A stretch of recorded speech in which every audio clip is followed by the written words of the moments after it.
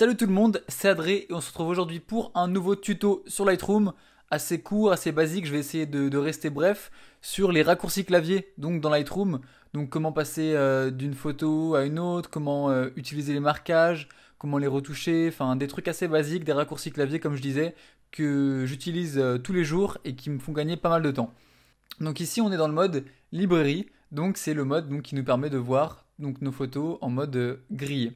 Quand on appuie sur E, on va passer en grand écran sur une seule photo et G, on va revenir sur la grille. Donc on choisit une photo, on appuie sur E, on la voit en grand écran, on rappuie sur G et ça repasse en mode grille. Donc ça c'est les deux modes, les deux raccourcis de la librairie, c'est E et G. Ensuite pour passer dans le mode développe, c'est D. Du coup on arrive dans le mode développe, on a nos presets à gauche, nos retouches à droite, hop, contraste, machin, highlight, machin, hop, voilà. Donc c'est là que tout se passe au niveau de la retouche. C'est horrible. Donc c'est la lettre D pour la retouche. Pour repasser à la librairie, vous faites du coup la lettre G ou la lettre E. Parce qu'en fait, on pourrait penser que c'est L, vu que c'est la première lettre, comme D pour développe. Mais en fait, L, ça masque les contours pour mieux se concentrer sur la photo quand on appuie une fois. Et une deuxième fois, ça met tout le reste en noir pour vraiment qu'on voit que ça. Et quand on rappuie, ça revient. Donc voilà, ensuite maintenant, les raccourcis directement la partie développe pour retoucher. Donc par exemple pour enlever des petites merdes qu'on veut enlever, c'est le raccourci Q. C'est cet outil-là, la brosse. Et hop, on peut choisir la taille, cliquer et ça va échantillonner un autre endroit pour l'enlever. Ensuite, quel autre raccourci je me sers souvent pour recadrer, c'est R. Et en appuyant sur X, ça change le format de horizontal à vertical à chaque fois qu'on appuie. Donc ça c'est les raccourcis que j'utilise le plus souvent. Maintenant j'utilise aussi quelque chose d'autre qui est assez pratique. C'est un petit plugin que je vais mettre en description qui s'appelle Cheat Sheet. C'est super dur à prononcer quand on est français. Et en gros, quand on laisse appuyer sur commande, ça nous fait apparaître tous les raccourcis clavier dans n'importe quelle application.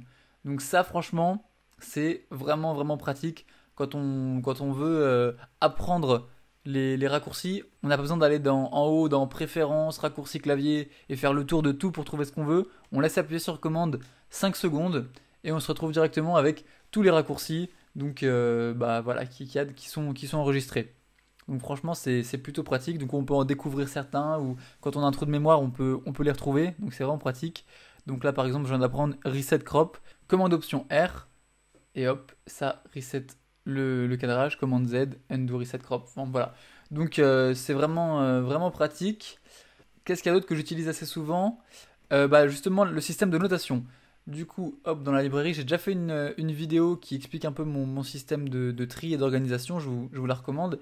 Et en fait, moi j'utilise la lettre P pour mettre un drapeau. Bon, déjà, par contre, des raccourcis clavier, P c'est pour mettre un drapeau. Merde. Donc, pour le raccourci clavier, pour le système de notation, P pour mettre un drapeau, U pour l'enlever ou déclarer une photo neutre, et X pour dire que c'est une photo qu'on veut supprimer ou qui est rejetée. Donc, moi, ce que je fais, c'est que je me mets en auto advance. Donc, si vous ne l'avez pas, vous cliquez sur, enfin, vous tapez auto advance et vous cliquez. Et du coup, en fait, ça permet, dès qu'on met un drapeau ou une étoile ou machin, de passer à la photo d'après. Donc, ça permet de éviter d'appuyer sur P, ensuite faire la flèche, réappuyer, ensuite faire la flèche, ça fait gagner quelques secondes. Donc c'est pratique. Et donc voilà, c'est comme ça que je trie mes photos avec des drapeaux et on les retrouve dans le mode gris ici. Hop, on peut en sectionner plusieurs, U et tout enlever partout en même temps. Si on double-clique, c'est comme si on appuyait sur E, ça l'ouvre.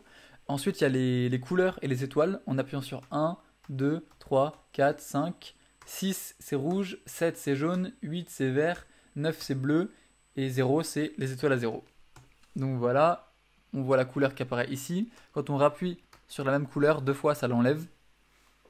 Quelques raccourcis en plus dont j'ai pas encore parlé. F pour mettre en full screen une photo. Donc ça c'est du vertical, mais une photo horizontale. Hop, on clique dessus. F comparé à E, ça enlève tous les menus qu'il y a autour. Pour voir un avant-après d'une retouche, donc disons qu'une photo est retouchée, hop machin. On a Y qui permet de mettre à gauche et à droite avant, donc before, et after, la retouche. Moi j'utilise Option Shift Slash pour avoir une vue before after en grand écran. Je préfère ça à cette version-là. Ensuite, pour copier une retouche, quand on est dans le mode développement, c'est commande C. Et là, on peut choisir ce qu'on veut. Enter, copie. On va sur une autre, commande V pour coller. Sauf que si on est dans le mode librairie, si on fait commande C, ça ne marche pas. Donc il faut faire commande Shift C, copie, commande Shift V, coller. Et donc ce qui est bien, c'est que si je fais un commande Shift C ici, si j'appuie sur G pour aller dans le mode grid, j'en sélectionne plein et que je fais commande Shift V, il colle les settings sur toutes les photos. Et là on les voit qui se chargent. Qu'est-ce qu'il y a d'autre? Je crois que j'ai fait le tour des raccourcis. On va regarder un peu encore avec le command sheet s'il y en a que j'ai oublié. Mais là vraiment, si je voulais faire une petite vidéo assez rapide, mais parce qu'on n'a pas besoin vraiment de tout utiliser, tu vois. Tout ça je l'utilise jamais. Spot removal, adjustment gradual. Enfin, je vais vous mettre le truc de la feuille de raccourci clavier dans la description. Comme ça vous pourrez un peu voir s'il y en a que vous voulez utiliser. Mais là je vous ai carrément fait l'essentiel en 5 minutes. Donc voilà, je vais m'arrêter là pour juste ce petit tuto. J'espère que ça vous aura plu. Si vous avez des questions, si vous avez des conseils ou des petits trucs à me recommander, n'hésitez pas à me dire ça, à commenter ça dans la description ou à m'envoyer un message. Dans la description, c'est bien, comme ça tout le monde le voit. Et si vous avez d'autres sujets de tuto que vous voulez que je fasse, n'hésitez pas pareil à me les dire. Si le tuto vous aura appris, vous aura servi, n'hésitez pas à le partager à vos potes que ça pourrait aider. Ou même sur vos réseaux sociaux, s'il y a d'autres gens qui vous suivent, qui font de la photo, on sait jamais si ça peut servir. Et voilà, c'est tout pour moi pour ce tuto, et on se retrouve pour une prochaine vidéo. C'était Adré, à plus, ciao.